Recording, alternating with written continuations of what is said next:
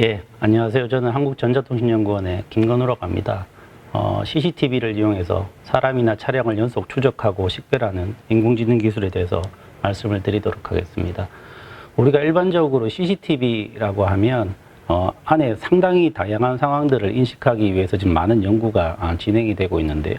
가장 기본적으로 우리가 CCTV 내에서 식별하고자 하는 객체라고 하면 크게 두 가지, 그러니까 사람이라든지 아니면 차량 정도로 볼 수 있을 것 같은데, 그 객체들 중에서도 사실은 두 가지 범주로 좀 나누어 볼 수 있을 것 같습니다. 첫 번째는 식별, 그러니까 아이덴티피케이션이라는 의미인데요. 그 CCTV로 그 사람이나 차량을 봤을 때 유일하게 그 사람이나 차량을 아이덴티파이 할 수 있느냐, 식별할 수 있느냐. 예를 들면 CCTV로 사람을 봤는데 이 사람이 홍길동인지를 알아내는 거, 그게 이제 식별이라고 보시면 되고요. 재식별은 식별보다 조금 난이도가 높은 환경에서 적용되는 기술인데, 이 사람이 홍길동인지는 모르겠지만 아까 다른 CCTV에 있었던 그 사람과 동일인이냐를 알아내는 그러한 기술이 되겠습니다. 그래서 사람과 차량, 식별과 재식별, 이런 측면에서 보면 크게 네 가지 기술이 있을 수 있는데, 본 발표에서는 사람을 식별하는 기술, 그러니까 얼굴 인식 기술을 제외한 나머지 세 가지 기술에 대해서 좀 말씀을 드리려고 합니다. 일단 사람 재식별 기술입니다. 리아이덴티피케이션이라고 하는데요. 그 앞에서 말씀드린 것처럼 CCTV로 사람의 얼굴을 인식을 해서 그 사람의 신분을 유일하게 알 수 있으면 가장 해피한 케이스지만, 실제로는 그렇게 안 될 경우가 상당히 많죠. 그래서 그러면 여기서 알고자 하는 부분은 무언가 하면, 이 사람이 홍길동인지 아닌지는 모르겠지만 30분 전에 A라는 지역에 있었고 20분 전에 B라는 지역에 있었고 10분 전에 C라는 지역에 있었던 그 사람과 동일인이냐를 알아내는 기술이 되겠습니다. 그래서 몇 년 전까지만 해도 CVPR과 같은 탑티어 컨퍼런스에서 상당히 많은 이슈가 리서치 토픽이 되었던 그런 기술이 되겠고요. 뒤에서 성능적인 측면이나 제가 응용적인 측면을 좀 말씀을 드리려고 합니다. 그래서 지금 동영상을 잠깐 보시면 아마 좀 이해하시기가 편하실 텐데요. 지금 동영상을 보시면 실제로 CCTV 내에서 지금 찾고자 하는 사람, 예를 들어서 지금 저 흰색 옷을 입은 등번호 44번의 저 사람을 찾고자 한다면 저렇게 이미지를 클리핑을 하게 되는 거죠. 클리핑을 하게 되면 저 사람을 이제 쿼리를 넣고 어떠한 CCTV에 대해서, 그리고 시간대를 이제 정하게 되는 거죠. 몇 시부터 몇 시까지 이 사람을 찾아주세요라고 하면 기본적으로 유사도 순서대로 랭킹이 매겨집니다. 그래서 카메라별로 이렇게 랭킹이 매겨지게 되고, 지금 이제 검색을 하죠. 검색을 하면 보시는 바와 같이 카메라별로 유사도의 랭킹이 매겨지게 되는데, 이 부분에서 사람의 2차 개입이 좀 필요할 수도 있습니다. 그래서 왜냐하면 이런 옷을 입은 사람들이 상당히 유사하게 많을 수 있기 때문에 사람이 직접 개입을 하게 되면 저기 화면에 보시는 바와 같이 시간대별로 맵의 이동 경로가 표시가 되게 되고요. 저 부분들이 오른쪽 밑에서 보시는 것처럼 타임 테이블을 통해서 실제로 이제 확인할 수 있는, 눈으로 확인할 수 있어서 그 사람이 10분 전에 어디 있었고 현재는 또 어디 있을지를 알 수 있다는 그런 개념이 되겠는데, 기존에는 이러한 부분들을 보통 이제 사람들이 직접 하드를 카피를 해와서 직접 노트북에서 자기의 PC에서 확인하는 그런 기술이 되겠습니다. 그래서 그런 부분들을 훨씬 더 효율적으로 할 수 있는 기술이 되겠고요. 성능적인 측면에서 보면 지금 보통 마켓 1501이라는 DB를 많이 사용을 합니다. 그래서 그 DB로 보면 저희들은 한 94.8% 랭크 1 기준으로, 근데 소타 세계 최고 논문에 있는 성능 같은 경우는 한 96, 7% 되는데, 저희들이 그 부분에서 100% 신뢰를 할 수 있는 게 이 부분이 오버피팅이 되어 있다고 판단을 하고 있습니다. 그래서 저희들 같은 경우는 마켓 1501 DB에서도 테스트를 했지만, 실제 지자체의 CCTV 영상을 기반으로 해서 테스트를 해서 랭크 1 기준으로 한 88% 이상의 성능을 냈기 때문에 어느 정도 이제 오버피팅 되어 있지 않은 일반적으로 활용할 수 있는 그런 기술로 좀 판단을 하고 있고요. 응용 분야를 잠깐 보시면 첫 번째로 가장 응용할 수 있는 분야가 아무래도 용의자를 추적하는 쪽이 되겠죠. 그래서 CCTV 통합관제센터나 이런 쪽 부분에서 용의자를 추적하고 검거하고, 예전에 제주도의 고유정 사건이라든지 이런 강력 사건들을 골든타임 내에 추적할 때 이제 사용할 수 있는 기술이 되겠고요. 두 번째는 요즘에 많은 우려가 있는 코로나와 같은 감염병 이동 경로를 추적할 때 지금도 보면 사람이 직접 수동으로 해서 많은 시간이 소요가 되는데 이런 부분들을 자동으로 처리할 수 있으면 상당히 많은 도움이 될 수 있을 것 같고요. 법무부의 전자감독 시스템이라든지 여러 부분들에 적용이 될 수 있을 것 같고, 지금까지는 이제 공공 쪽으로 제가 말씀을 드렸지만, 민간 쪽으로 말씀을 드리면 미아나 치매 노인을 찾는다든지, 아니면 놀이동산에서 실종 아동을 찾는다든지 여러 가지 경우, 아니면 어떤 매장 내에서 사람의 이동 경로를 추적을 해서 어떠한 제품에 대한 선호도를 조사한다든지 이런 비즈니스 인텔리전스 분야에도 상당히 많이 도움이 될 수 있을 걸로 판단을 하고 있습니다. 두 번째로는 차량을 식별하는 기술인데요. 차량을 식별할 수 있는 가장 좋은 방법은 차량 번호판을 인식을 하는 겁니다. 그래서 기존에는 차량 번호판을 인식하기 위한 전용 카메라가 달려있고 특수 카메라가 달려있고 포커스가 그 지역에 맞춰져 있는 전용 카메라를 통해서 인식을 하게 되는데, 실제로 범죄 현장에서 많이 발견되는, 아니면 다른 환경에서 발견되는 차량들은 대부분 그 차량 번호판 전용 그 감지기가 설치되어 있지 않은 곳에서 많이 필요를 합니다. 그래서 실제로 보시는 바와 같이 화면 그 CCTV로 확인할 수 없는, 눈으로도 확인할 수 없는 저런 CCTV 영상에 대해서도 상당히 많은 요구사항이 있는 거고요. 그래서 저런 부분들을 복원하는 AI 기술, 요즘에 많이 연구가 되고 있는 겐이라는 기술에 대해서 저희들이 아웃풋을 냈습니다. 그래서 저 기술은 뒤에서 보시는 바와 지금 영상을 잠깐 보시면 제가 이제 설명을 드릴 수 있을 것 같고요. 저 차에 대해서 만약에 저 차 번호를 인식하고 싶다라고 했을 때 기존에 우리가 알고 있는 차량 번호판 인식 시스템으로는 도저히 인식할 수 없는 차량 번호판이죠. 그렇지만 요즘에 저희들이 개발한 겐 기술을 통해서 저 오리지널 번호판을 복원해내는 그런 기술이 되겠고요. 예전에 영화에서 보시면 범인의 용의자의 차량 번호판을 자동으로 복원해내는 이런 부분들이 영화에 많이 나왔는데 실제로 좀 현실화된 부분들이 있다라고 좀 말씀을 드릴 수 있을 것 같습니다. 그리고 이 부분들은 저희들이 실제로 경찰 쪽에 의뢰된 데이터를 기반으로 테스트를 했고요.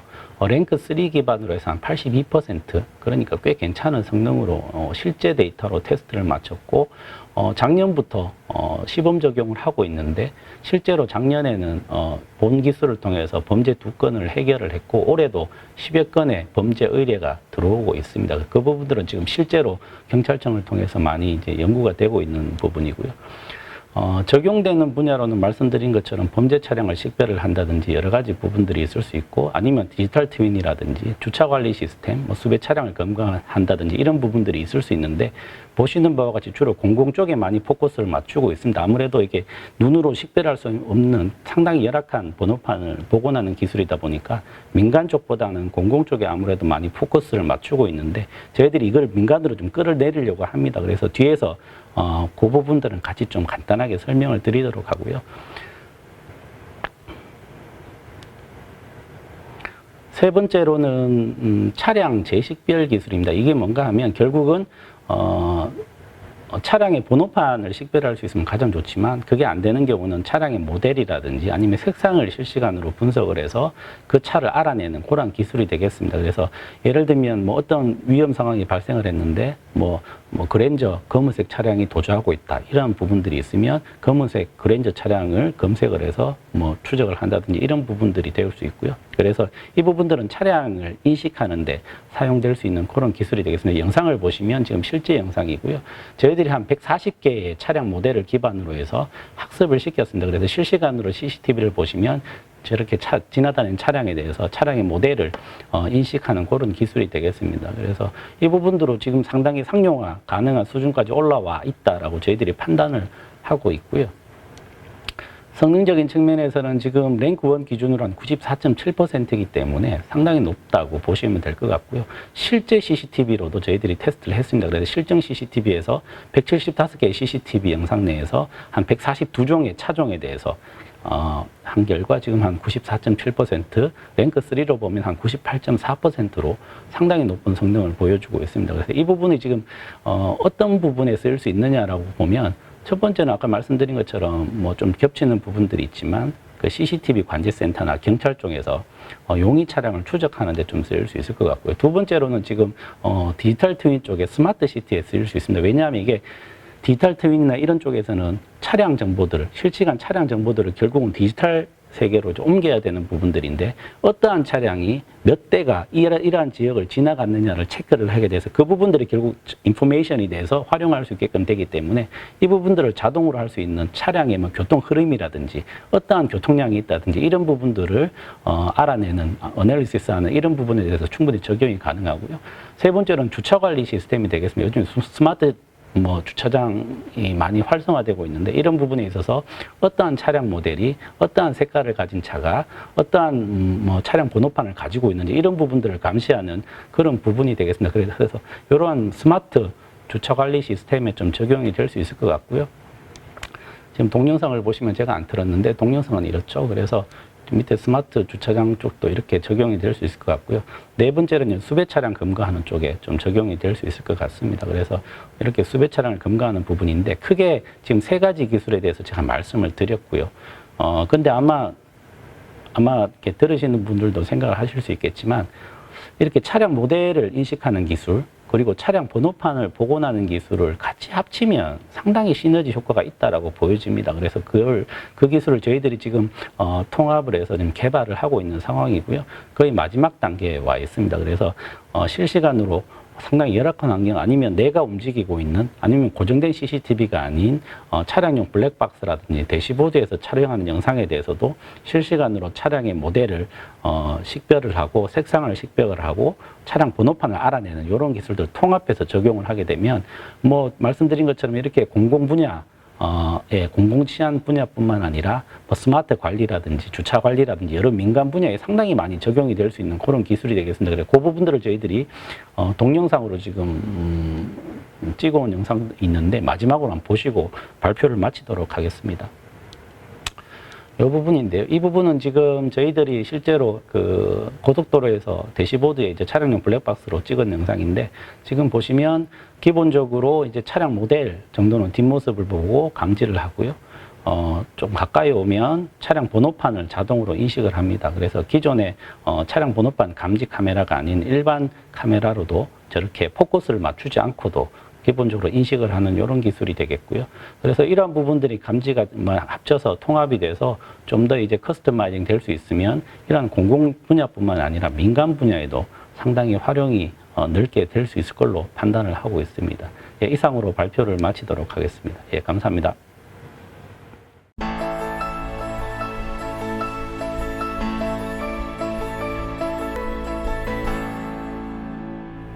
안녕하세요. 한국전자통신연구원 산업안전진흥화연구실의 홍상기입니다. 저는 오늘 공간정보 기반 실감 재난관리 맞춤형 콘텐츠 제공 기술 과제의 소방활동 융합정보 진흥 시스템 기술에 대한 소개를 해드리도록 하겠습니다. 오늘 발표드릴 순서는 다음과 같습니다. 본 기술의 소개를 해드리기 앞서서 본 기술이 속한 실감형 재난관리 과제에 대한 소개를 먼저 드리도록 하겠습니다. 먼저 세 가지 화재 사건에 대한 사례를 보여드리도록 하겠습니다. 먼저 첫 번째, 밀양 제천 화재에 대한 2017년 발생하였는데요. 밀양 제천 화재가 발생했을 때 그 사건에 대한 원인을 사람이 조사해보니 소방법, 건축법과 같은 법을 지키지 않은 것이 드러났습니다. 두 번째 사례를 말씀드리겠습니다. 동탄의 메타폴리스라는 곳에서 화재가 발생하였습니다. 화재 당시 건물 전층에 대한 스프링클러가 미작동하였음이 주 원인으로 드러났습니다. 이 스프링클러의 미작동 원인을 좀 더 조사해보니 스프링클러와 경보기가 꺼져 있었다는 사실이 발견되었습니다. 스프링클러와 경보기는 항상 동작해야 되는 장치임에도 불구하고 실제로 아파트 화재의 잦은 오감지로 인하여 아파트 관리자가 스프링클러, 경보기를 꺼놓았던 것이 큰 화재로 발전하였던 것입니다. 세 번째 사례는 앞의 두 사례가 좀 다른 사례인데요. 천안의 한 초등학교에서 2018년 화재가 발생하였음에도 불구하고 대형 화재임에도 불구하고 실제 모의훈련 때처럼 학생들이 침착하게 학교 밖으로 대피하여서 한 명의 인사사고도 발생하지 않았던 사례가 있었습니다. 이와 같은 세 가지 사례를 미루어 봤을 때 일반 사람들은 진짜 화재로부터 우리는 안전한지에 대한 의문을 가지고 있습니다. 이렇게 진짜 안전한 사회를 만들기 위해서는 재난관리자 및 일반 국민들이 실질적으로 활용 가능한 정보가 있어야 되는데 여전히 현실은 그러한 정보가 부족하다는 것이 현실입니다. 본기술의 연구 목표는 다음과 같습니다. 국민들이 많이 사용하는 다중이용시설에서 진짜 안전함을 느끼도록 하는 재난안전관리기술과 예방기술을 개발하는 것을 목표로 하고 있습니다. 현재 재난안전 데이터가 미흡하다고 앞에 말씀을 드렸었는데 미흡한 데이터뿐만 아니라 지금 존재하는 데이터들도 분산 편지에서 존재하기 때문에 재난관리를 위해 효율적으로 사용되고 있지 않고 있습니다. 또한 그러한 데이터들 역시 또한 체계적으로 관리되어지고 있지 않고 또 현행화가 되어 있지 않습니다. 또한 그러한 데이터를 사용하여 안전성 있는 시스템 및 신뢰성 있는 서비스 또 사용자 맞춤형 서비스를 제공하지 못하는 것이 현실입니다. 저희는 이러한 문제점을 개선하기 위하여 데이터 기반의 정확성과 그 정보의 현행화 그리고 다양한 사용자의 맞춤형 서비스를 제공하여 안전 시스템의 체계를 마련하는 것을 목표로 하고 있습니다. 또한 이러한 내과적인 핵심 기술 요소들이 선순환하여 더욱더 안전하고 신뢰성 있는 시스템을 만드는 것을 목적으로 하고 있습니다. 본 과제의 기술을 다시 한번 말씀드리면 재난안전정보를 통합 분석하는 기술과 재난안전관리자 및 대국민에게 서비스를 제공하는 기술로 두 가지로 나눌 수 있는데요. 재난안전정보를 통합 분석하는 것은 3천 실내 공간정보상에서 시간에 따라서 실시간으로 변화하는 정보, 소방시설의 점검 정보, 그리고 시설의 안전정보 등을 융합하여서 통합, 분석하는 것을 목표로 하는 부분과 실제 이러한 데이터를 가공하여서 재난안전관리자와 대국민에게 서비스를 제공하는 것을 목표로 하고 있습니다. 재난안전관리자는 어떤 재난이 발생하였을 때 실제적으로 어떻게 관리할 것인가를 보여주는 지능형 상황 관리 기술을 목표로 하고 있고요. 대국민 안전 서비스는 실제 내 주변이 얼마나 안전한가, 내 주변에 어떠한 재난이 발생할 것인가를 예측하는 서비스를 제공하는 것을 목표로 하고 있습니다. 앞서 말씀드린 과제를 기술적으로 다시 한번 요약해드리면 다음과 같습니다. 좌측에 존재하는 보라색 박스가 현재 소방 재난관리에 사용되는 정적인 정보들입니다. 우측에 파란색으로 되어 있는 것이 실시간으로 변하는 센싱 정보, 재난 관련 정보입니다. 이 정적인 정보와 동적인 정보를 융합하여 외부 정보와 연계하여 플랫폼으로 저장하고 이 플랫폼으로 저장된 데이터를 재난의 예방, 대비, 대응이라는 전 주기에 걸쳐 사용하여 서비스를 제공하는 것을 목표로 하고 있습니다. 그 중에서 이 초록색으로 된 부분, 다중이용시설에 대한 재난관리 융합정보 플랫폼 기술이 오늘 설명드리고자 하는 기술인 소방활동 융합정보 지능 시스템, 곧 소방활동 융합정보 플랫폼 기술이 되겠습니다. 소방활동 융합정보 시스템에 대해서 자세히 알아보도록 하겠습니다. 본 기술은 어떤 건축물 내에 존재하는 소방시설의 정보, 소방활동의 정보를 현재 각각 관리되고 있는 상황인데 그 각각 관리되는 정보를 점검정보와 활동정보를 공간정보와 융합하여 제공하는 것을 목표로 하고 있습니다. 이 공간정보와 융합하여 제공할 뿐만 아니라 실시간으로 변하고 있는 센싱 정보를 같이 제공하여서 모든 정보를 하나의 플랫폼으로 제공하는 것을 목적으로 하고 있습니다. 소방활동 융합정보 시스템의 기술 구성도는 다음과 같습니다. 소방활동 융합정보 시스템은 소방활동 융합정보 공통기술 및 지능 서비스 프레임워크로 두 가지로 크게 나누어집니다. 융합정보 플랫폼 공통기술은 외부 데이터 시스템과 연계, 소방활동 융합정보의 생성, 가시화, 배포, 그리고 이 소방활동 융합정보를 사용하는 사용자를 관리하는 기능으로 구성되어 있습니다.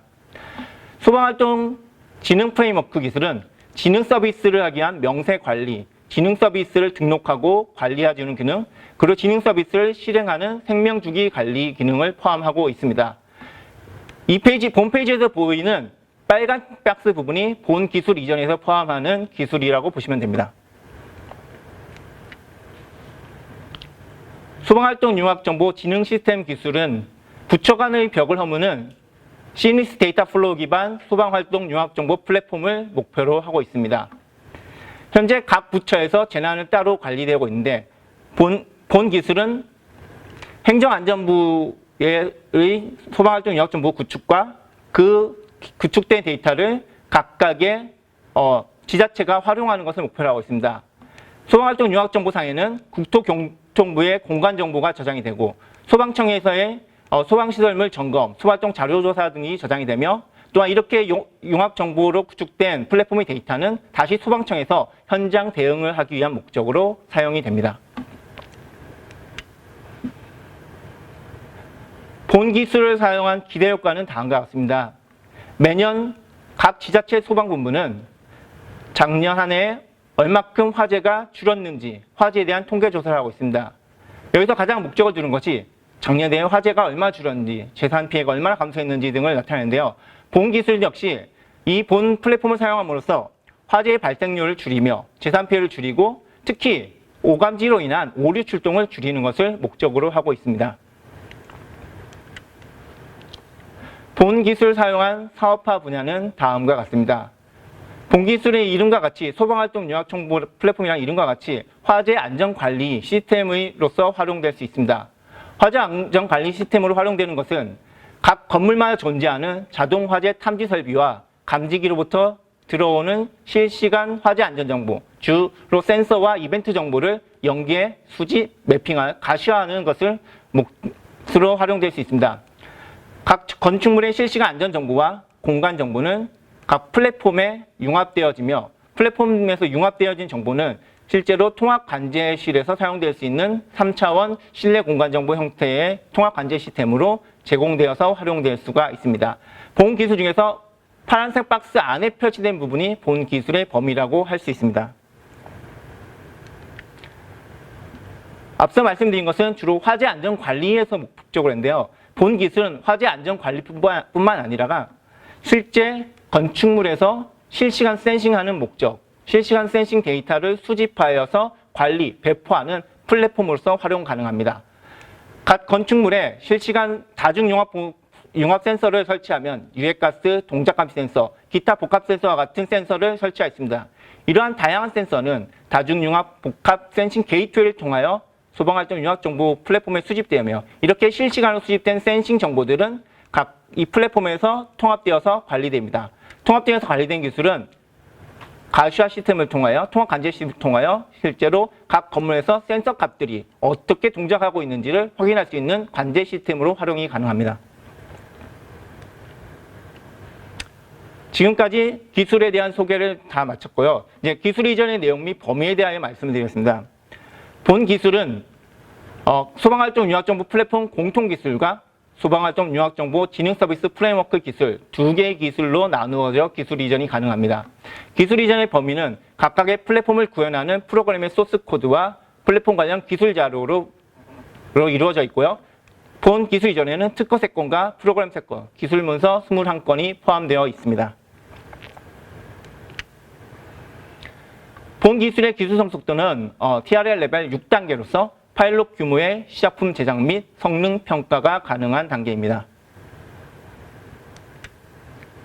본 기술과 관련된 기술 이전입니다. 기술 이전료는 경상 기술 방식으로 제한되어 있으며 첫 번째 기술인 소방활동 융합 플랫폼 공통기술은 5천만 원의 매출 정률 사용료 1.25, 이세부 기술인 소방활동 융합정보 진흥 서비스 프레임워크 기술은 3천만 원의 매출 정률 사용료 1.25로 산정되었습니다. 마지막으로 저희 기술은 사용자 맞춤형 기술 이전을 지향하고 있습니다. 기업으로부터 기술에 대한 요구사항을 제시받으면 저희는 그 요구사항에 대한 검토를 먼저 수행합니다.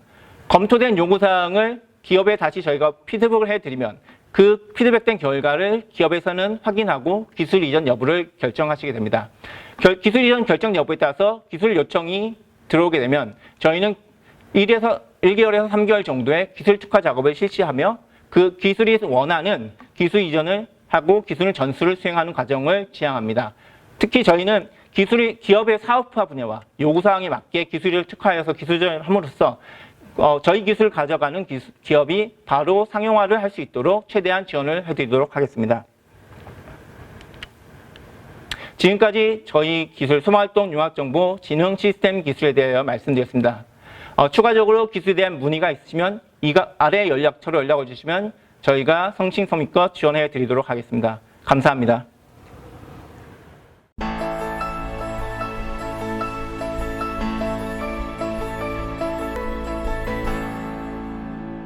안녕하십니까. 에트리 미디어 진흥화 연구실의 김선중입니다. 지금부터 시나리오 기반 인터랙티브 영상 창작 기술 소개 말씀을 올려드리겠습니다.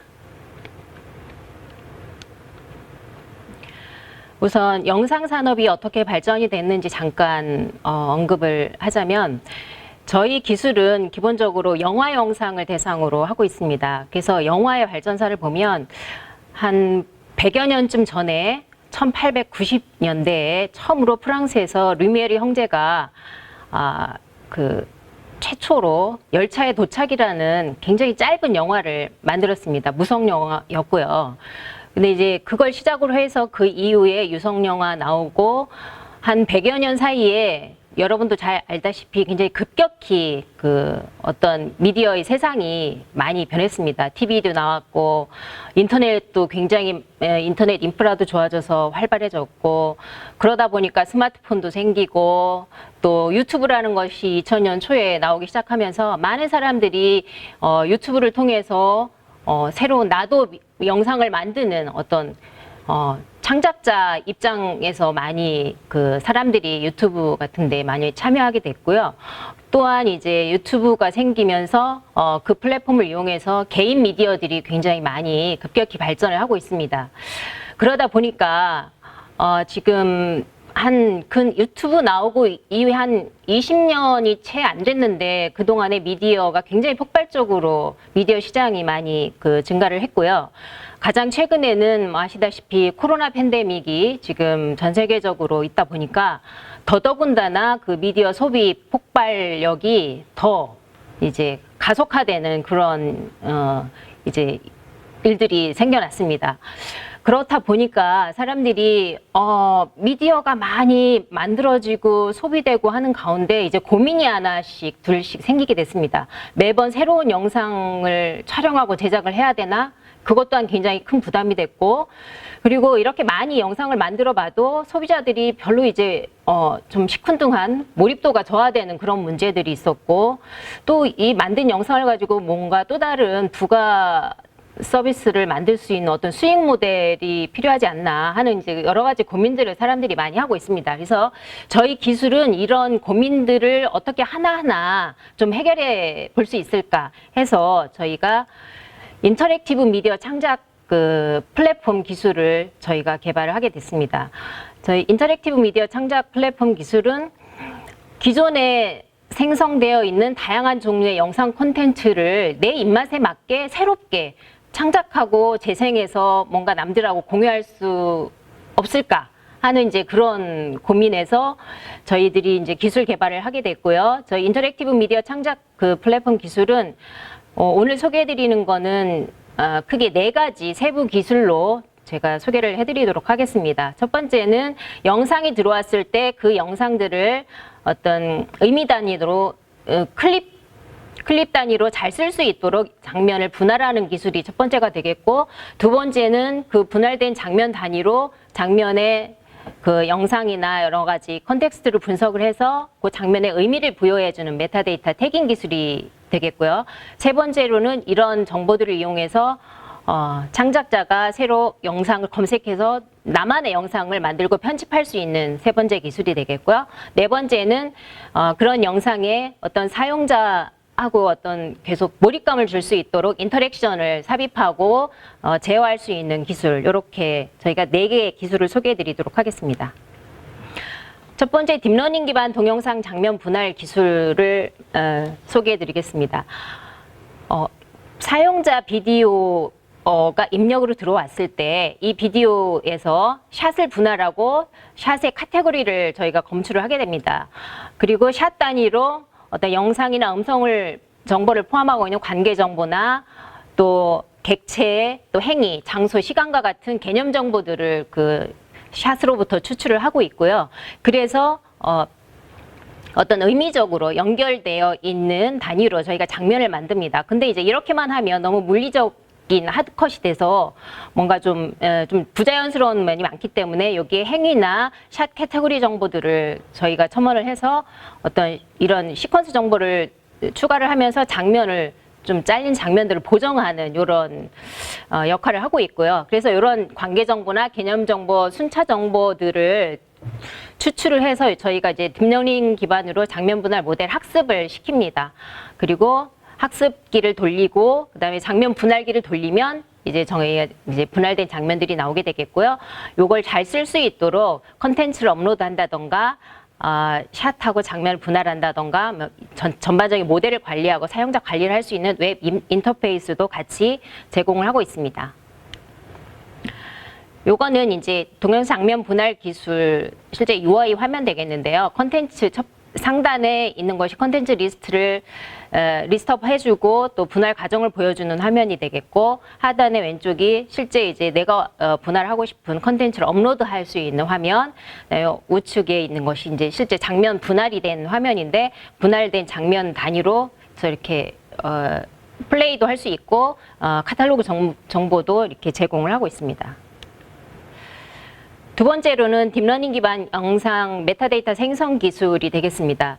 저희는 이제 영화 영상을 대상으로 하고 있고요. 영화 영상에서 그 영상 메타데이터 생성 모델 학습을 위해서 저희가 영화의 한 150편 정도 영화에서 자막 정보 그리고 각본 정보들을 가지고 저희가 그 모델 학습을 시켰고, 그리고 추가적으로 영상을 분석을 해서 영상의 특성들을 저희가 도출을 했습니다. 이것들을 이제 딥러닝 기반으로 모델을 만들고 모델 학습을 시켜서 실제적으로 장면 단위로 영상이 담고 있는 의미를 담을 수 있는 그 장면 벡터를 생성을 했고요. 그리고 저 벡터는 사실 기계가 알아볼 수 있는 정보들이기 때문에 사람이 이렇게 볼 수 있도록 영상을 설명해 줄 수 있는 영상 디스크립션도 저희가 저렇게 생성을 하고 있습니다. 그리고 기계적으로 메타데이터를 생성하는 것뿐만 아니라 사용자가 또 추가적으로 메타 정보를 또 확장해서 쓸 수 있도록 온톨로지 기반으로 크라우드 소싱 할 수 있는 어떤 메타 정보 확장 기능도 저희가 같이 제공을 하고 있습니다. 화면을 보시면 왼쪽이 실제 이제 메타를 생성해주는 그 화면이 되겠고요. 그 영상 장면에 대해서 그거의 카탈로그 이미지, 그 장면의 컨텍스트를 설명해 줄 수 있는 임베딩 벡터 차트가 나오고, 그 영상을 설명해 주는 어떤 지문 정보들이 저희가 나오고 있고요. 오른쪽은 실제 메타 정보를 확장할 수 있도록 사용자가 직접 수동으로 집어 넣을 수도 있게 이렇게 만들었습니다. 세 번째로는 영상 검색 및 재구성 기술인데, 이거는 앞에서 그 설명드렸던 그런 기술들을 이용해서 영상을 분할하고 분할된 장면 단위로 영상 메타데이터 태깅이 되어 있으면 그것들 가지고 내가 원하는 나만의 스토리를 이렇게 영상으로 만들 수 있는 저작 도구가 되겠습니다. 저희는 웹 기반 영상 저작 도구를 제공하고 있고요. 특이한 점은 어떤 단일한 스토리가 아니라 다양하게 분기가 될 수 있는 어떤 그 분기형 스토리를 저작할 수 있는 저작 도구가 되겠고요. 현재는 분기가 노드당 4개까지 이렇게 할 수 있게 돼 있는데, 이거는 추후 확장도 가능한 그런 형태입니다. 그래서 노드와 엣지로 구성되어 있고 직관적으로 드래그 앤 드랍을 통해서 이게 영상을 만들 수 있도록 이렇게 기능을 제공하고 있습니다. 그리고 이 노드 하나 편집을 할 때 저희가 이제 영상 검색 기능을 사용을 하는데, 노드 편집을 할 때 실제로 사용자가 어떤 키워드 단위가 아니라 문장 단위의 지리어를 입력을 했을 때 그 문장 지리어하고 가장 유사한 의미를 갖는 영상 장면들을 저희가 검색을 해서 제공을 하고 있고요. 이 기능도 다 딥러닝 기반으로 저희가 그 지리어 검색을 하고 있습니다. 그리고 또한 이제 만들어진 영상을 가지고 일부는 또 사용자 입맛에 맞게 약간의 편집도 할 수 있도록 웹 기반으로 영상 편집 기능을 제공을 하고 있습니다. 그래서 영상 커팅을 한다던가, 뭐 페이드 인 아웃, 간단한 자막을 넣거나 뭐 사운드, 이미지, 영상 같은 것들을 삽입할 수 있는 간단한 기능의 웹 기반 영상 편집 기능도 함께 제공을 하고 있습니다. 네 번째로는 인터랙티브 미디어 제어 기술이 되겠습니다. 이것은 이제 그 여러 가지 영상을 만들 때 사용자의 몰입감 혹은 사용자 참여를 유도할 수 있도록 노드와 노드 사이에 사용자 그 디바이스하고 연동을 해서 다양한 인터랙션을 저희가 집어넣고 편집하고 재생할 수 있는 그런 그 기능을 제공을 하고 있는데요. 여기는 저희가 이제 립모션이나 스마트폰을 활용을 해서 여기가 인터랙션을 삽입을 하고 할 수 있게 되어 있고, 인터랙션 종류에는 장면에 관련된 URL을 연동을 시켜서 URL 그 사이트로 이동을 한다던가, 아니면 그 GPS하고 연동을 해서 지도 정보를 제공을 한다던가, 어떤 감탄사 소리를 인지를 해서 그 소리에 맞는 어떤 또 다른 시나리오가 펼쳐지게 한다던가, 뭐 간단한 OX 퀴즈 같은 것도 가능하고요. 그리고 이제 파노라마 영상 같은 경우에는 이제 어떤 VR 영상을 가지고 뭐 운전을 할 수 있도록 이런 모션을 이용해서 이제 운전을 할 수 있는 그런 기능도 같이 제공을 하고 있습니다. 그래서 이미지에 보시면 오른쪽이 실제 영상에 대해서 인터랙션을, 어떤 종류의 인터랙션을 어떤 타이밍에 뭐 어떤 종류로 넣을 수 있게 이제 저희가 그 화면을 제공을 하고 있습니다. 요거는 실제 인터랙션 삽입 및 제어 기능의 서비스 형상인데, 영상이 만들어졌을 때 그 노드 중간에 뭐 사용자 디바이스, 지금 립모션을 통한 어떤 움직임, 이걸 삽입을 시켜서 실제 저기 우측에 보시면 이제 자동차가 주행하고 있는 자동차가 보이는데, 그 자동차를 립모션을 사용해서 뭔가 이렇게 방향을 틀어주면 자동차가 뭐 왼쪽으로 간다던가 오른쪽으로 간다던가 하는, 그렇게 다양한 그 시나리오의 인터랙션을 저희가 집어넣을 수 있습니다. 그래서 그런 서비스 형상을 보여드렸고요.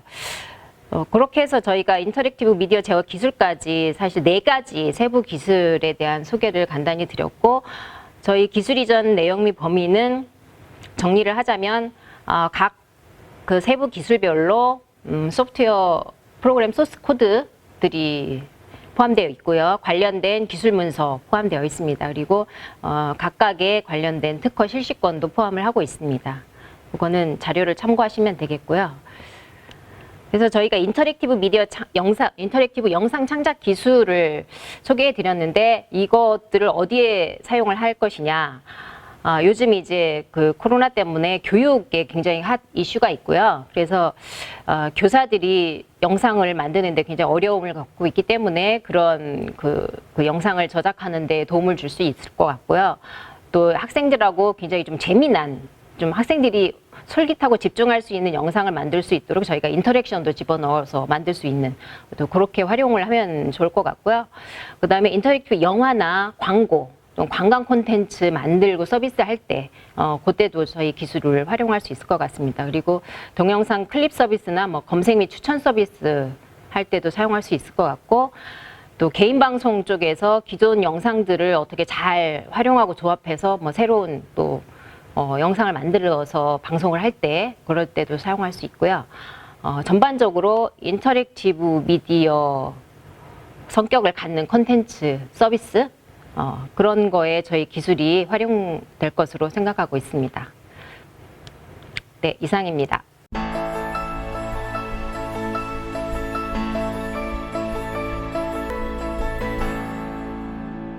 안녕하십니까. 트러스트 액세스 앤 프로텍션 솔루션에 관해서 발표드릴 이형규라고 합니다.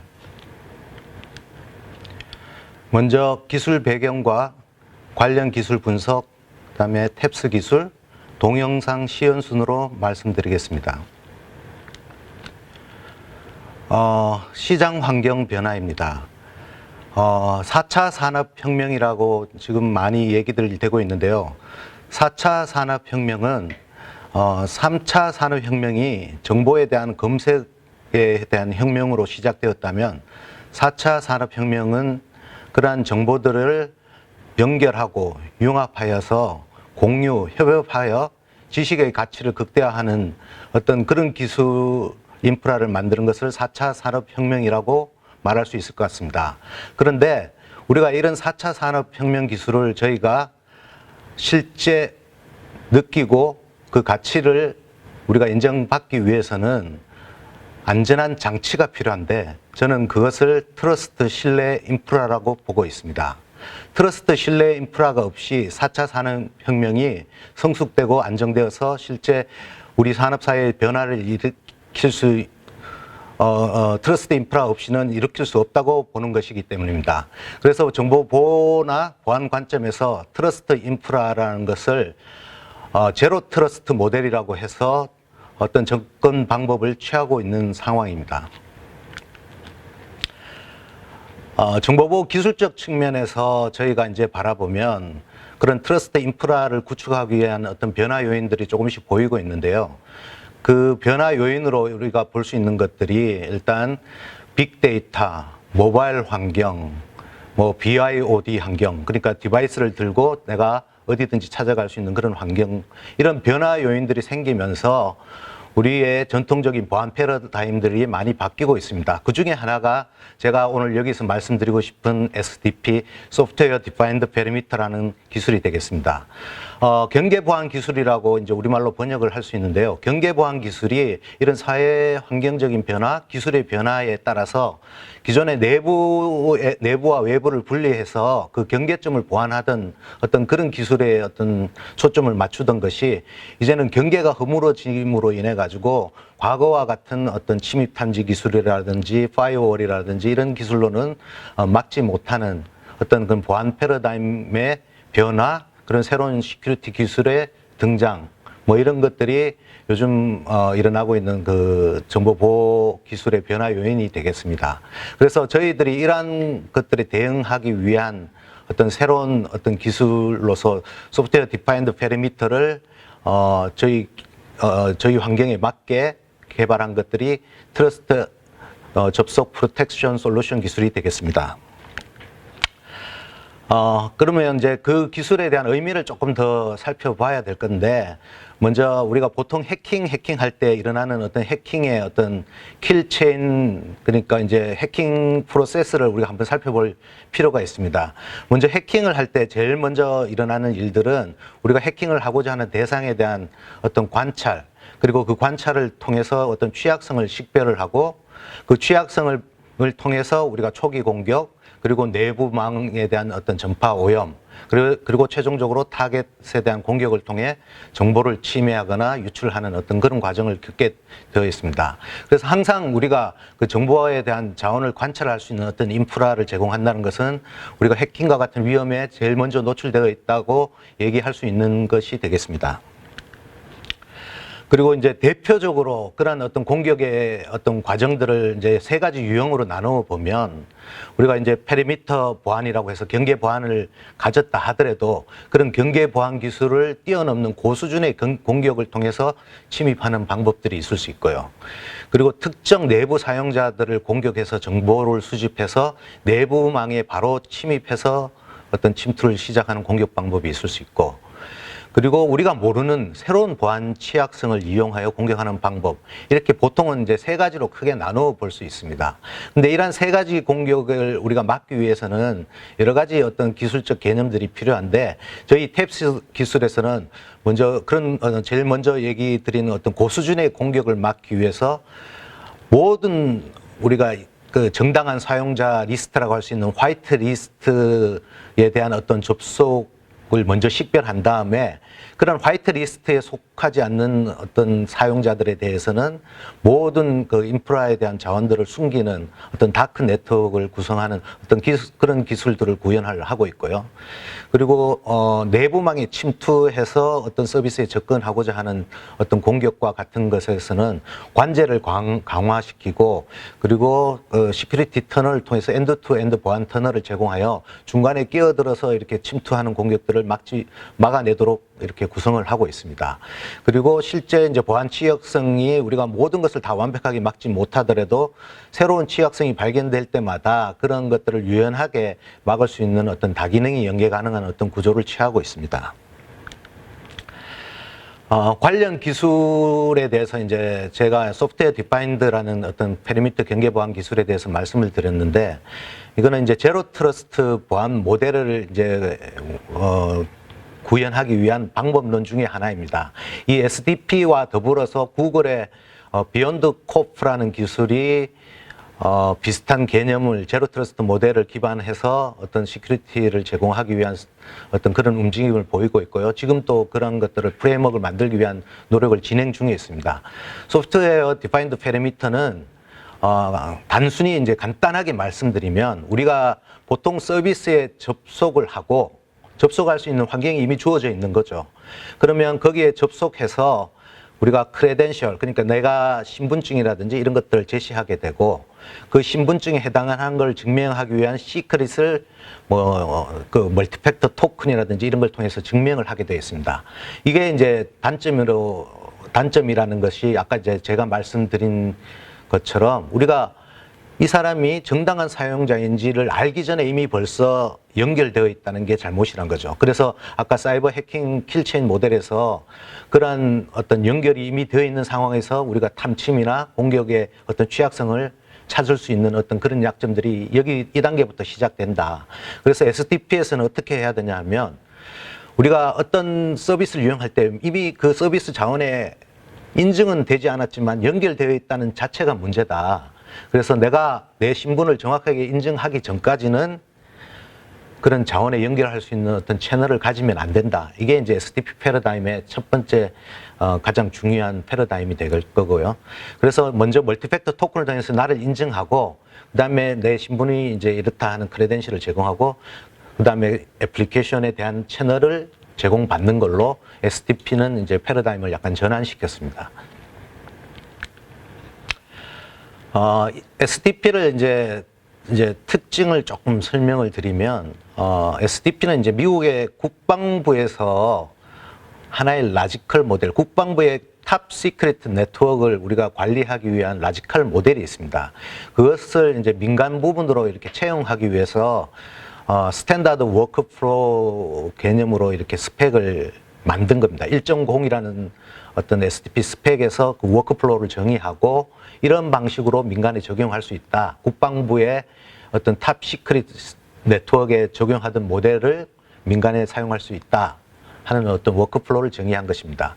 그래서 라지컬 모델의 가장 큰 특징은 아까 말씀드렸다시피, 정당한 사용자이라는 것이 확인되지 않으면 내 네트워크를 개방하지 않겠다. 항상 다크, 스텔스한 상태로 놔두겠다. 그래서 비정상 사용자나 악의적 사용자들은 그 네트워크 자체를 식별할 수 없도록 만들겠다 하는 것이 라지컬 모델이고요. 이것을 위해서 스탠다드 워크플로우 5개를 스펙에서 정의하고 있다. 이렇게 이해하시면 되겠습니다. 가장 간단한 이제 서비스 아키텍처 모델입니다. 소프트웨어 디파인드 페리미터의 그 제가 말씀드린 개념을 이제 구현하기 위해서 컨트롤러라는 게 있고요, 이니시에이터가 있고, 억셉터라는 호스트들이 있습니다. 그리고 이니시에이터와 억셉터라는 호스트는 일반적으로 네트워크상에 있는 노드들이 될 것이고요. 그것들에 대한 채널을 우리가 안전하게 관리하기 위한 컨트롤러라는 게 있습니다. 그래서 컨트롤러는 제어 채널을 그 네트워크 노드상의 이니시에이터와 억셉터들과 제어 채널을 협상을 해서 유지 관리하게 되고요. 그 제어 채널을 통해서 그 네트워크상의 노드를 인증 식별을 하고, 그 다음에 그 네트워크 노드들이 연결에 대한 요청을 요청할 때 그 데이터 채널을 열 수 있는 방법을 제공하는 식으로 서비스 모델이 정해져 있습니다. 그렇게 이제 서비스가 제공이 되고, 여기에 들어가 있는 시큐리티 패러다임이 이제 5가지라고 말씀을 드렸는데, 제일 첫 번째가 싱글 패킷 오서라이제이션이고요. 이거는 우리가 어떤 방에 들어갈 때 노크하는 거와 똑같습니다. 노크하면 누구세요 하는데, 여기에서는 노크 자체가 자신을 식별할 수 있는 최소한의 정보를 담고 있다. 이렇게 이해를 하시면 되고요. 그리고 이 노크가 유효하다 했을 때 응답이 이루어지고, 두 번째 후속 절차가 이루어지고, 그 노크에서 성공하지 못하면 인증받지 못하고 후속에서 무응답, 스텔스 상태로 계속 유지하게 되는 겁니다.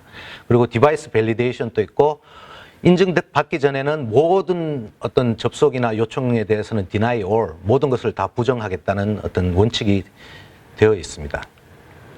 그래서 이러한 모든 것을 개념적이고 접근 방법들을 담아서 저희가 만든 게 탭스이고요. 탭스의 초기 모델은 왼쪽에 있는 그림처럼 컨트롤러를 구현한 구현체가 매니저입니다. 그래서 세 개의 아키텍처를 이루지만 이 매니저가 또 외부에 이제 가장 먼저 노출돼서 컨트롤하는 부분이 있기 때문에 이 부분을 외부에 노출시키는 게 이제 또 바람직하지 않기 때문에 프로텍터라는 별도의 장비를 외부에 노출시키고 매니저는 내부망에서 보호받을 수 있도록 하는 구조로 이제 전환을 했습니다. 그게 이제 오른쪽 두 번째 그림이 밑에서 오른쪽 두 번째 그림이 되겠습니다. 그래서 두 번째 탭스 구조에서는 프로텍터, 매니저, 그리고 인증 서버가 매니징과 관련된 어떤 시스템들이 되겠고, 단말이나 게이트웨이, 서버에 탑재되는 것이 이제 에이전트 기술 소프트웨어가 되겠습니다.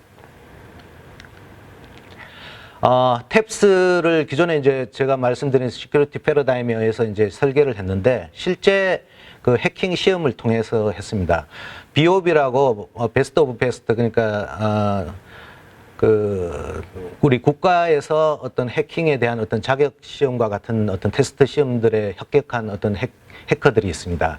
거기를 통해서 이제 해킹 시험을 거쳤고, 네트워크가 보이느냐? 해커 입장에서 이렇게 외부에 이렇게 스캐닝이나 이런 툴을 동원했을 때 보이느냐의 문제를 1번을 통해서 점검을 했고, 그리고 저희의 에이전트 소프트웨어를 줘서 그걸 통해서 이제 네트워크를 침입할 수 있는 어떤 2번의 어떤 해킹 시험을 통해서도 한 2달간 해킹 시험을 통해서 모든 것들이 안전하다. 그래서 네트워크가 스텔스되고 격리될 수 있느냐에 대한 부분하고 실제 서비스에 접근 가능한 접근 제어에 대한 부분 두 가지 시험에 대해서 해킹 시험을 통해서 점검을 해보았습니다.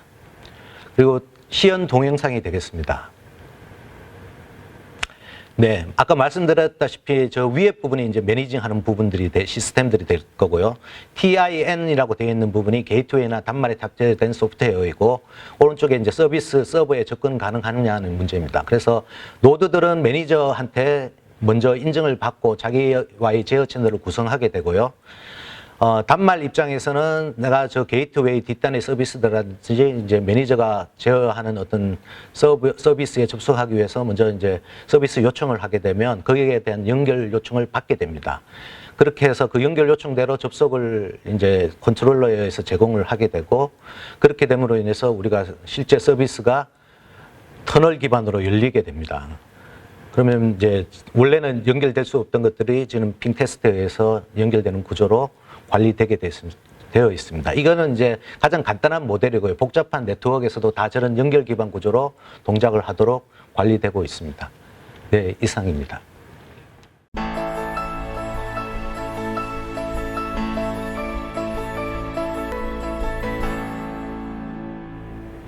제가 오늘 소개해드릴 기술은 IoT 인프라 보호용 침해 확산 방지 기술입니다. 저는 한국전자통신연구원의 네트워크 시스템 보안 연구실에 있는 김정여입니다. 오늘 소개할 그 기술은 크게 세 가지가 있고요. 그 세 가지에 이 다음과 같은 목차로 개요, 내용 및 범위, 사업성, 활용 분야별로 설명을 드리도록 하겠습니다. 제가 오늘 소개해드릴 기술의 그 개요를 설명을 드리면 초연결 시대에 아주 다양한 무선 이동 접속 환경이 있다는 것입니다. IoT 환경에서는 굉장히 많은 네트워크 접속 환경이 있는데, 그 네트워크 연계 상황에서까지 안전한 IoT 서비스를 보장하기 위해서 그 상황에 빠른 공격의 확산이나 서비스 거부 공격, 정보 유출 등과 같은 보안 위협을 방어하는 IoT 인프라 보호용 침해 확산 방지 기술을 소개시켜 드리고자 합니다. 이전 기술은 크게 제가 세 가지로 나누어서 설명을 드릴 텐데요.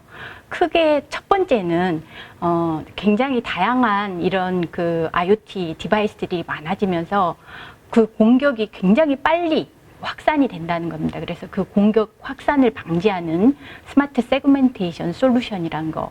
그리고 두 번째는 그렇게 그 많은 디바이스들이 좀비 환경이 돼서 그 도수 공격을 하게 되는데 서비스 거부 공격이라고 해서 서버를 다운시키는 그런 공격입니다. 그런 공격을 방어하는 동적 경계망 솔루션. 그리고 마지막으로 이러한 IoT 기기가 자원 제약적이기 때문에 그 중에 정보 유출을 방지해주는 경량 암호 기술들을 소개시켜 드리고자 합니다.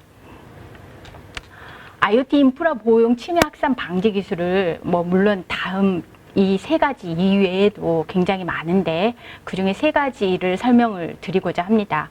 첫 번째 방금 말씀드렸던 IoT 인프라 환경은 저희가 생각하는 그런 그 기존에 있는 환경보다 IoT 게이트웨이라고 해서 커넥션 레이어가 하나 더 있다는 거. 그래서 계층 구조의 그런 IoT 인프라 환경이 많은데 그런 환경에서 최적화된 그런 그 위협이 전파되는 걸 방지해주는 그런 기술입니다.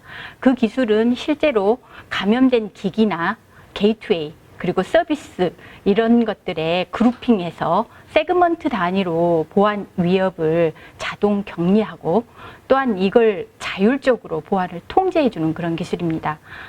표준은 실제로 니스트 위험평가 가이드나 ISO에서 나오는 위험관리 가이드 기반으로 위협을 분석하고 있고요. 이거 자체가 기기의 상태나 네트워크의 그런 패킷 탐지 정보 그리고 실제 서비스의 정보까지 그 보안 상황에 따라서 능동적으로 세그먼트를 격리해주는 그런 기술이고 그거에 다시 그 복구해주는 기술까지를 포함하고 있습니다. 두 번째는 아까 말씀드렸던 서비스 거부 공격에 대한 방어를 위한 동적 경계망 기술입니다. 이것은 지금 저희가 기기가 네트워크에 접속될 때 선기기 검증을 하여서 실제로 신뢰 연결을 해줄 수 있도록 해주는 글로벌 표준 기반의 IoT 인프라용 그런 방어 기술이고요. 기존의 클라우드에서 있는 그런 기술들을 IoT 환경에 최적화되게 만들어져 있는 그런 도수 방어 기술입니다. 본 그 표준, 글로벌 표준은 CSA라고 해서 클라우드 시큐리티 얼라이언스라고 하는 곳에서 나온 SDP 버전 1.0 표준을 만족하고 있고요.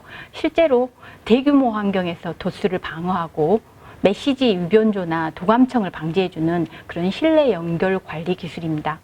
마지막으로 제가 설명드릴 것은 실제 이런 IoT 환경이 실제 자율 제어하기에 굉장히 작은 디바이스여서 자원들이 굉장히 제약적입니다. 그런 환경에서 경량 암호를 개발을 하여서 상용 암호 대신에 저희가 개발한 이 암호를 쓰게 되면 굉장히 우수한 처리 성능으로 실제 저희 국가에 쓰이고 있는 KCMVP라고 하는 그런 인증의 시험에 대응한 그런 고성능 암호 구현 기술입니다.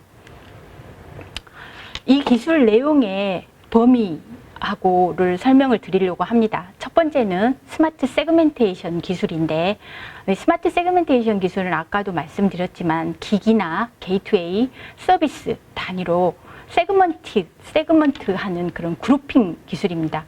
그렇게 그룹핑 되어 있는 것 중에 그 악성 코드가 감염되어서 아주 빠른 확산이 일어난다면 어느 순간에 자동으로 격리해주고 다시 또 그것을 복구해서 자율적으로 보안을 통제해주는 그런 기술입니다.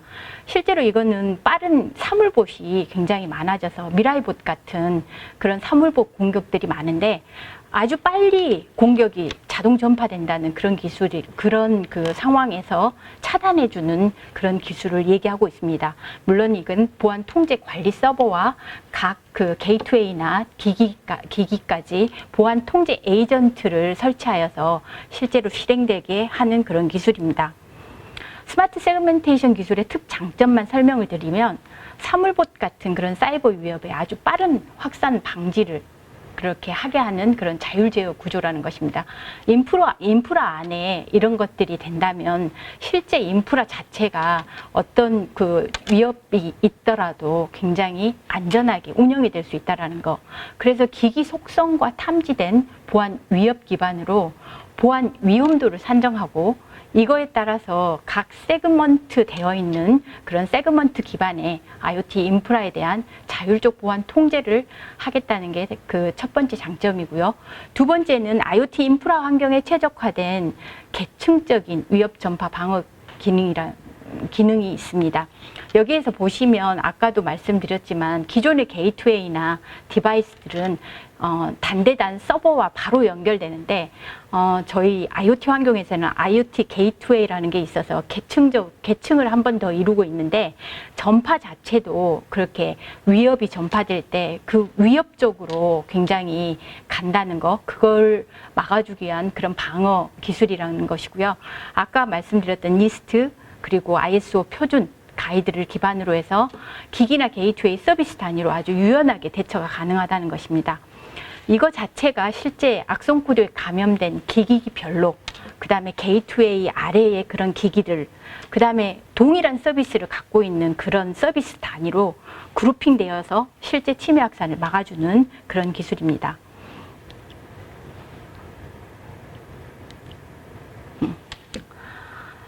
그 내용 및 범위는 크게 5가지로 기술이 나뉘어져 있고요. 저희 그 그림으로 보시면 아까 그 보안 통제 모니터링 하는 그 기술입니다. 기기나 아까 게이트웨이나 서비스 단위로 시각화가 되어야 이게 어떻게 그룹핑 되어 있는가를 알고 그걸 보여줄 수 있는데, 저 그림에 보면 오른쪽 편에 실제로 시각화해서 보여주는 모니터링 상황을 보여줄 수 있는 기술과 세그멘트를 동적으로 구성하고 관리하는 기술, 그리고 IoT 인프라의 보안 통제 정책을 관리해주고 제어해주는 기술, 그리고 게이트웨이 기반으로 비정상 패킷을 탐지해주는 기술인데, 이거 자체는 요즘 그 시스템이 가면서 IoT 환경이 되다 보니까 클라우드로의 밴드윗을 좀 더 줄이기 위해서 게이트웨이 단위에서 비정상 패킷을 탐지해주는 그런 엣지 컴퓨팅의 그런 기술입니다. 마지막 5번째는 IoT 인프라에서 보안 통제를 실제로 수행해주는 그런 기술입니다. 동적 경계망 기술은 두 번째 기술로 지금 사물 본넷 기반의 대규모 도수 공격을 방어해주는 그런 기술입니다. 최근 들어서는 기기가 굉장히 많아지고 인베디드 기기이다 보니까 그 보안의 취약점이 굉장히 커서 그 여러 그 취약성이 있는 인베디드 기기로 미라이봇 같은 대규모 도수 공격을 할 수가 있습니다. 서비스 거부 공격이라는 것 자체가 서비스를 할 수 없게 서버를 만들어주는 그런 건데, 이런 것들은 실제적인 그 인가되지 않은 그런 보통 노말의 그런 단말에서 그 단말의 제어권을 그 획득해서 실제 그 공격을 하는 그런 기술인데, 먼저 인가된 기기만 실내 연결 관리로 그렇게 그 경계망을 만들어주는 그런 기술입니다. 이건 아까 말씀드렸던 글로벌 표준으로 만족하게 만들었고요. 특장점은 방금 말씀드렸던 것처럼 응용 수준에서 접근 제어 정책을 설정하더라도 네트워크 수준에서 동적인 방화벽을 생성한다는 거, 이거 자체가 검증된 기기만이 IoT 인프라에 접속이 가능하기 때문에 실제로 그 네트워크의 문제가 없어진다는 거, 굉장히 좀 클린한 네트워크가 된다는 거, 이거 자체가 다양한 인베디드 시스템에 쉽게 적용이 가능해서 대규모 도수도 방어할 뿐만 아니라 메시지 유변조나 도감청을 방지해 줄 수 있다는 것입니다. 이거 자체의 그 굉장히 큰 장점으로 연결 전 디바이스의 상태를 보증해 줄 수 있다는 거, 이런 그 제어 기술이 그 있음으로 인해서 우리가 동적으로 방화벽 기술을 할 수 있다라는 그런 그 굉장히 획기적인 그런 기술입니다. 그 내용 및 범위는 크게 5가지로 아까 말씀드렸던 그 선 기기 검증, 기기를 그 접속하기 전에 그 검증해주는 그런 기술이고요. 그래서 상호 인증을 해주는 보안 프로토콜이 있고요. 맨 처음에 어센티케이션 해주는 단일 패킷 어센티케이션이라고 하는 SPA 기술을 사용하고 있고요. 기반이 되는 통신 기술, 그리고 접근 제어를 결정해주는 기술과 커맨드 핸들링을 해주는 그런 기술, 실제로 접근 제어를 수행해주는 기술들이 있습니다. 세 번째 기술로 경량 암호 기술이 있는데요. 경량 암호 기술은 저희가 아까 말씀드렸던 것처럼 다양한 IoT 기기에 실제로 암호화가 돼서 그 통신상의 네트워크 데이터가 암호화되거나 실제로 데이터의 유출을 막아줄 수 있는 그런 암호 기술입니다.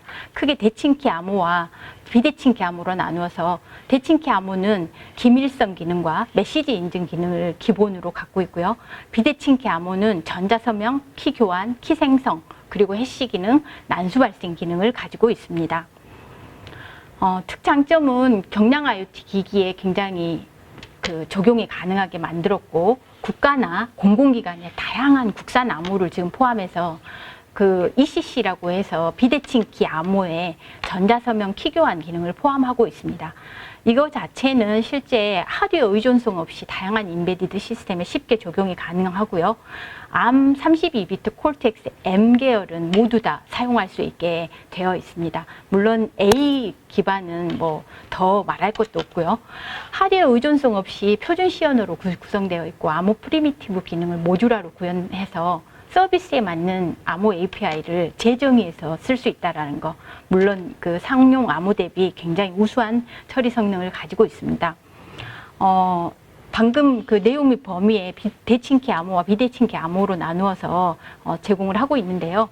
성능은 실제 저희가 말하는 울프 SSL이라고 하는 그 아주 공개되어 있는 그런 암호화, 그리고 엠베드라고 하는 암에서 나오는 상용 암호 두 개를 비교를 했는데 거의 3배에서 5배 정도가 저희께 성능이 좋습니다. 사업성은 지금 이 각각 3가지 솔루션을 가지고 저희가 사업을 하려고 하고 있는데, 많은 부분 지금 그 첫 번째 세그멘테이션 솔루션 같은 경우는 보안 관제 업체들 실제로 시제품을 개발해서 운영 시험했는데 IoT 환경에서 그 세그멘테이션이라고 하는 그 기법으로 굉장히 컴팩트하게 운영할 수 있다라는 거고요. 두 번째는 동적 경계망 기술은 저희가 지금 하고 있는 그런 인프라 내에서 그 미리 도수 공격을 막을 수 있는 그런 기술이라 저희가 CITS라고 해서 교통신호등 같은 것들은 지금 주인이 없이 있기 때문에 그 교통신호등에서의 CITS 기능을 실증하고 거기에서 운영 지원을 하는 형태로 진행을 했습니다. 마지막 경량 암호는 저희가 코텍스 M 계열에서 했는데 실제로 해외 상용화에 지금 이미 현지 상용화돼서 쓰이고 있는 기술입니다. 그 쓰이고 있는 암호 기술에 해당되는 것으로 그 사업화 현황을 설명을 드리면, 유럽 AMI 상용 서비스에 적용을 했고요. 이거 자체가 지금 노르웨이에 85만 호에 1,200억 규모로 지금 그 상용화를 하여서 지금 운영되고 있습니다. 마지막 저희가 그 활용 분야는 굉장히 다양합니다. IoT 환경에서 보면 홈 가전에서부터 교통, 빌딩, 팩토리, 기존에 있는 IoT 기기에 네트워킹이 되다 보니까 숨을 쉬게 되는 거죠. 네트워킹 자체가 보안에 굉장히 문제를 일으키는 거기 때문에 각 파트마다 보안이 굉장히 필요하여서 그 필요한 곳에 모두 사업화가 가능하다라는 것을 말씀을 드릴 수가 있습니다. 그 한 가지 예로 저희가 지능형 원격 검침 보안에 이미 벌써 국내에 사업화를 하였습니다. 저희 이전 사이트는 크게 지금 3가지 기술을 제가 설명을 드렸는데요. 저희 에트리에 들어가면 이 3가지 기술로 찾으시면 실제 기술이전 목록이 있습니다. 이것을 참고하시고 여기에 그 접수를 하시면 저희가 적극 지원하도록 하겠습니다. 이상입니다.